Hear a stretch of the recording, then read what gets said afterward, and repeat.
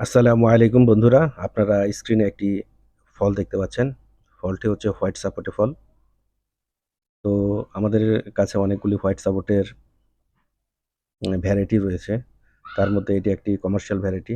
ফলটি আমরা কমসে কম ১ থেকে ১.৫ মাস যাবৎ আমরা নরমাল টেম্পারেচার সংরক্ষণ করেছি ফলটির শেলফ লাইফ চেক করার জন্য। তো আমরা এই ফলটি আজকে কাটবো। কেটে দেখব এটা কি এখনো খাওয়ার উপযোগী আছে কিনা।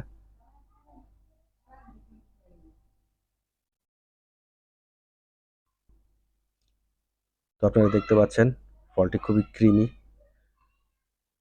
এবং অনেকটা কাস্টার্ড আ বা আপনারা যারা দই খান বা এই ধরনের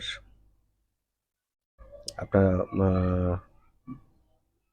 স্ন্যাকস বা এই ধরনের খাবারের সাথে পরিচিত।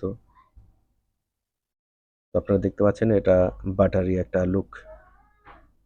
খুব সুন্দর আছে এখনো। আমরা ধারণা করছি ফলটি এখনো আ খাবার উপযোগী আছে। তো আমরা এর ক্ষুদ্র একটি অংশ কাটবো। কেটে দেখব এই ফলটি আসলে কতটা খাওয়ার উপযোগী আছে।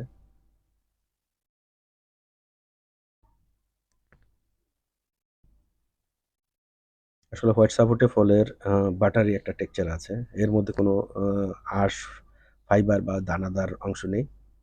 মুখে দিলেই মিলিয়ে যাবে। আপনারা দেখতে পাচ্ছেন এর একটা সিড। তো আমরা কমসে কম ১ থেকে ১.৫ মাস এই ফলটিকে রেখেছি নরমাল টেম্পারেচারে। ফলটি এখনো ভালো আছে এবং এটা দেখে আমরা খুবই আশ্চর্যিত। সাধারণত এতদিন ফলটাকে সংরক্ষণ করা যায় না। তো আপনারা এটা একটা বাণিজ্যিক জাত এবং খুবই মিষ্টি। ব্রিক্স মান আনুমানিক ২০ থেকে ২২ হবে। তো আমরা পরবর্তীতে আরেকটি ভিডিওতে আপনাদের দেখাবো এর ব্রিক্স মান কত আছে। ধন্যবাদ সবাইকে।